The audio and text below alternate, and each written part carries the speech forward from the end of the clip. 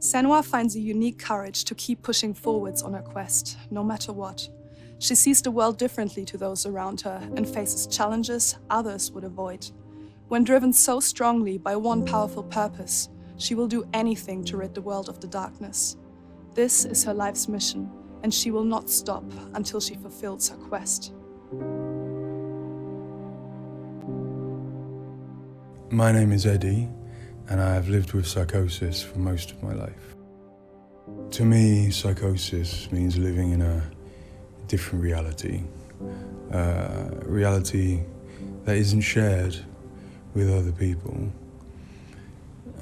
Often living with psychosis is dark and miserable.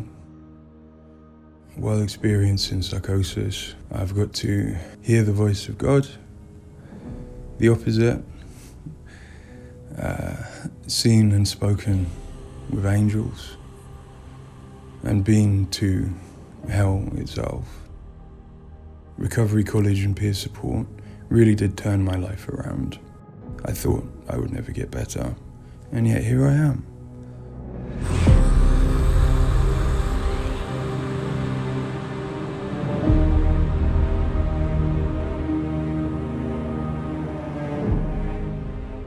The things that Senua experiences in Hellblade are very similar to some of my own experiences. She lives in a reality that other people might find hard to understand. She sees significance in symbols, in meeting people, in all sorts of things that are going on around her. Senua is experiencing an altered state of reality which would be very hard to understand without having experienced it yourself or playing Hellblade. Lost soul who fought through hell to find us. You were lost. Not anymore. Are you ready for what you will find here? It's difficult saying that it's an illness, that it's not real. Of course, to me, it is. And of course, to Senua, it is. And that's what's driving her to do these amazing feats of courage, to overcome pain and exhaustion, to do what she knows she must. All the fear, everything I've seen, everything I've done has led me to this place. We've come so far. Not far enough. Say it. You are ready. Tell them.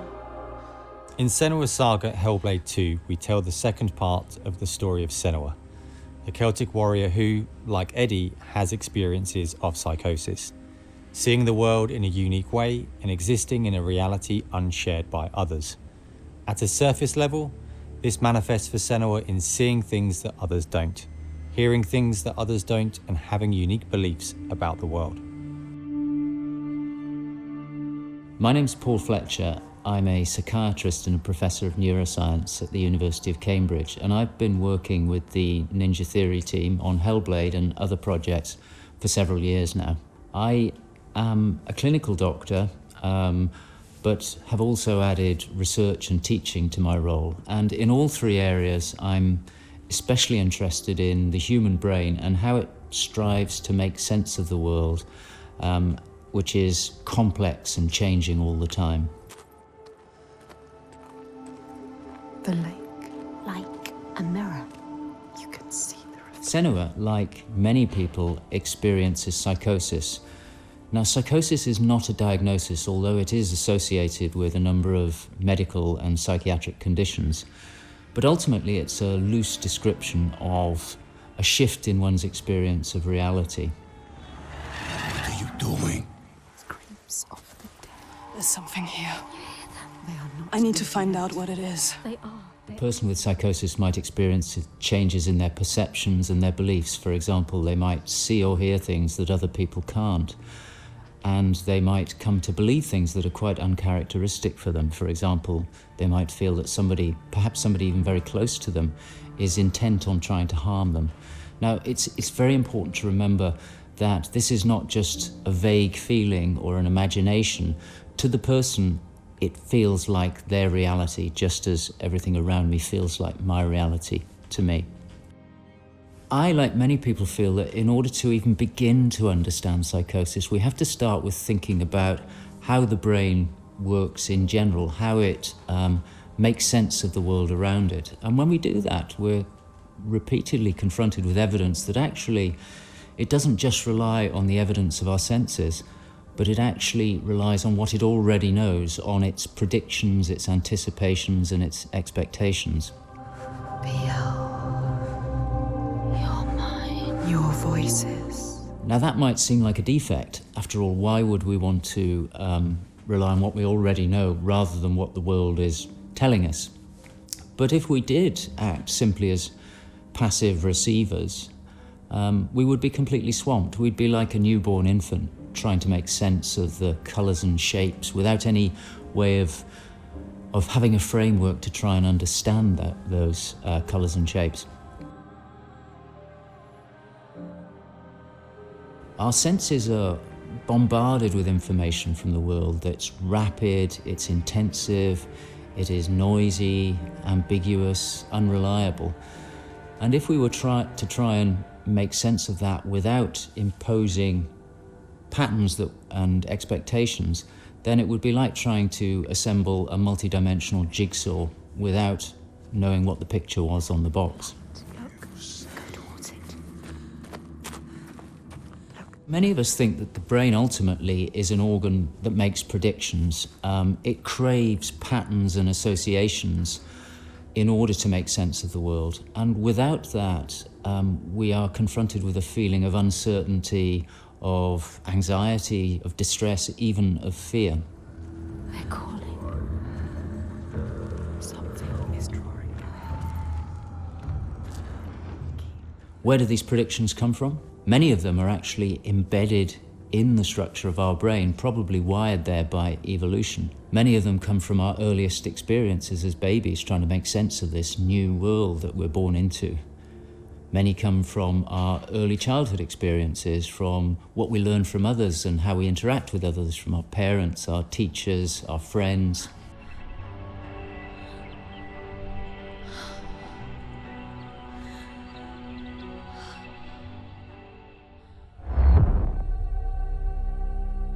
We all have a feeling that we're directly in contact with an objective reality, but it's probably the case that what we experience as our constructed model of the world is a blend of the evidence of our senses, but also what we are predicting or expecting from the world. So this blend exists in a very fine and delicate balance, and the weighting of that balance probably varies a great deal across different individuals. But crucially, this balance is what determines how we experience and interpret and act upon the world. And some of them are embedded in shared experiences with others, our society, our culture, our arts, even our religions and our mythologies. So for the most part, this works very well for us and enables us to make sense of the world, but it's also, being a delicate balance, it can be shifted, and it's very easy, even under the most normal day-to-day circumstances, to deviate from objective reality. A good example of this is the hollow mask illusion. All of us are familiar with a mask. We know that it depicts a face and that the inside is hollow. But when we see the mask rotating round and we see the hollow side, there is a deeper prediction, probably embedded in our brain, that facial features tend not to be hollow, that they stick out. And this deeper prediction can override our knowledge that the mask is hollow and make us actually perceive the face as sticking out at us. Despite what we know, the deeper predictions will override this. So for me and many in my field, perceptual illusions like this, which are very common, are really interesting because they tell us something fundamentally about how the brain is making sense of reality using its predictions. You can see it. But more than that, for me, it's very interesting because it begins to give us a sense of how psychosis might begin to emerge. Psychosis is this experience of an altered internal construction of one's reality. And it seems feasible that this is dependent upon this balance I've talked about between predictions and evidence. And it is probably the case that some people tend to weight their predictions more heavily. This, in many circumstances, is advantageous because it means that they can discern patterns and associations that perhaps other people can't. But if that balance was shifted further by different circumstances, then it may well be that they begin to construct a reality that doesn't accord with the world around them. What might cause that shift? Well, a number of things. It could be caused by stress, sleep deprivation. It could be caused by illness, neurochemical disturbances. It's also the case that our experience will change how we predict things. So a very profound experience, for example, of trauma, could powerfully change the way in which we make predictions about the world and shift us from this delicate balance into a state of psychosis.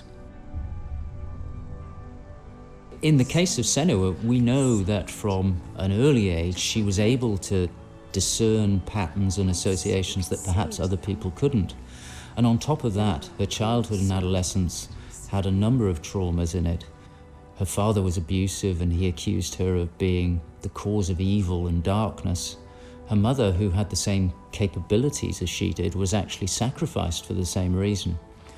And in addition, her village was attacked by Vikings and her lover was brutally killed. And it's possible that all of these traumas would act on her natural tendencies to topple her into this psychotic experience that is depicted in Hellblade. With every defeat, the dark rot will grow and soon it will take her soul.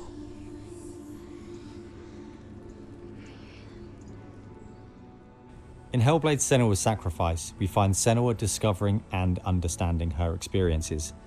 They're relatively new to her, and the pain and torment feels at its most acute. Having travelled to a new place, with a mind full of her trauma and Druth's stories of the Vikings, she embarks on a journey of coming to terms with what has happened in her life. Ultimately, rather than finding the unachievable certainty of rescuing Dillion, she achieves certainty in the realization that Dillion is gone forever. She learns to accept his death, and in turn, her experiences of psychosis. Even in darkness, the wonder and the beauty of this world never leaves us. It is always there, waiting to... In Senua's Saga, we find Senua at a different place on her physical and mental journey. Empowered with the sense that she has overcome her own darkness, she's now compelled to follow a new quest, to save her people from that same darkness. You smell their fear. He's here. Death is coming. Look at the bones. Death is coming for Look at the you. bones. That's going to be you. That's going to be everyone. In Sacrifice, Senua's psychosis is acute and all-consuming. She is preoccupied and absorbed by her experiences. To some extent, she is enveloped and enslaved by the darkness. She cannot ignore her voices and visions. She's totally committed to the quest within her altered reality. In Saga, there has been some resolution to this. There's no miracle recovery. She still experiences the voices and visions. She still has a changed reality. But the balance of power has shifted. She is the one who is able to be in control. She's able to resist and challenge the voices. She's able to make decisions that much more clearly reflect her own goals. I see through your lies, and I will show them how to see as I do. I will not appease your gods. I will destroy them. And in addition, in Saga, she is able to encompass the reality of others. She sees them for the constructions that they are, and she is able to interact with them. And I think that's a very powerful change and a very important area to explore. They have lost everything. In Saga, we've had the opportunity to explore the next phase of Senua's mental health journey. One where she's come to a place of understanding, but where she and us as creators have new challenges to overcome. Where Senua's belief system will clash with that of others. Her experiences will play out in the presence of people who don't share her perspective. And where she feels a new sense of power in being chosen for the quest, but also a new weakness, bowing underneath the weight of responsibility that sits on her shoulders. Wait.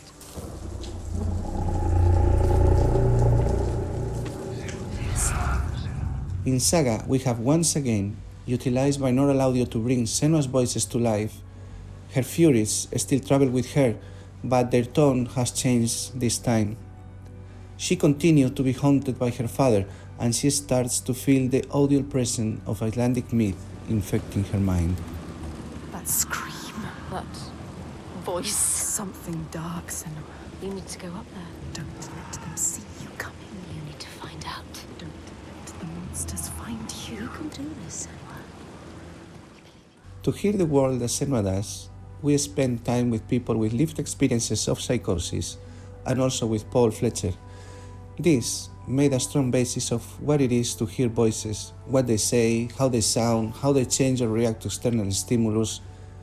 And this paired with all we learned from the first game, Hellblade Senua Sacrifice, led us to create Senua's own sonic version of reality. To me, it's a privilege to sit in a room to play our game, and as we progress, hear their comments, thoughts and suggestions. Each one provides a different perspective, and I find especially inspiring and humbling to hear from Eddie his own experiences. Especially, I find he has a way of putting very complex emotions, situations, in a very simple yet poetic way, and it's really inspiring for me when I'm thinking in Senua's journey.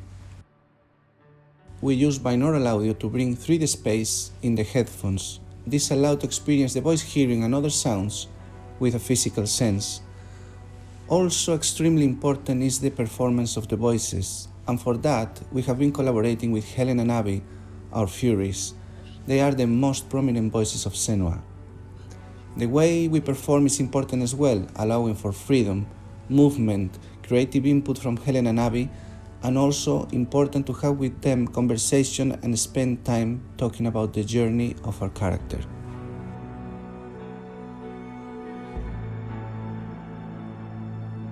There is a lot of time gone into experimentation, so every sound in the game is connected in some way with the emotion that Senua is experiencing as she travels through Iceland, from the sounds of the nature to some of the musical moments.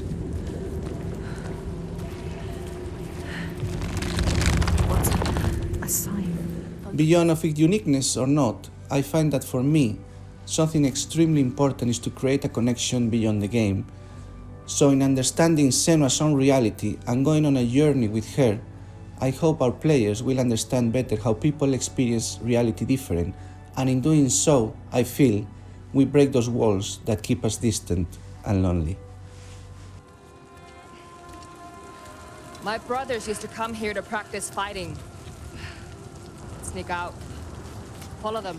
For Saga, in order to bring Senua's experiences of hallucinations to life, it was very important for us to listen to people's real lived experiences. It was then a case of thinking about how Senua's world and reality might look when faced with these types of examples. This would have been impossible without Paul Fletcher and amazing people like Eddie and Kathy, who've been so open and honest about what they have been and do go through on a day-to-day basis. I think it takes real strength to be able to talk about such personal things to a new group of people. On the visual side, we have lent into things like repeating fractal geometry shapes, cymatic patterns, with lighting and post-processing changes to all help reflect the current feelings of Senua. And hopefully, when combined with the audio and gameplay, the player will get a sense of what we are aiming to achieve. Dying right before your eyes, just like before. No, this cannot happen again. You couldn't do anything. anything. We have to stop it happening. Face it. You need to face it. Focus. You need to look at it. In Sacrifice, we saw a story of Senua's suffering at the hands of her experiences. In Saga, we're telling a more nuanced story of the next step on her journey. One where she has found a greater balance, but where her experiences are just as strong. Where rather than being a victim to her experiences of psychosis, she is driven by them on a path that only she sees. Bringing sin with you. The gods cannot be killed. One thing that I find very exciting in Saga is that there's an attempt to explore something that is really neglected in my field, which is the experience of a dual reality that some people have. People who have had Senua's types of experience have spoken to me about this feeling that they have their own reality, but they also recognize the reality that others experience, and it can be very confusing, it can be disorientating. And it's exciting to me that the game contains an explicit attempt to portray this experience of dual realities, and I think it'll be very interesting to see how people respond to that. It's amazing what has been done and what's been portrayed. I think it's really difficult to turn words into what other people might be seeing, but I think I'm always blown away by what Ninja Theory come up with for their games, and I'm really stunned at the quality of, you know, the things that she sees and the sounds of the voices that she has. I think they're pretty realistic. She's getting closer. Yes, she can feel it. I hope that the game will help people who maybe don't understand psychosis or don't know very much about it to start with. I think by experiencing some of what they will do in the game, I think it brings to life a little bit of what it's like to have psychosis, and I think hopefully people will learn from it. Now I'm working as a peer support worker, and what that means is that I, in my case, in the job that I have in my role, it means that I go to see my people, to see my peers. We talk about how things have been.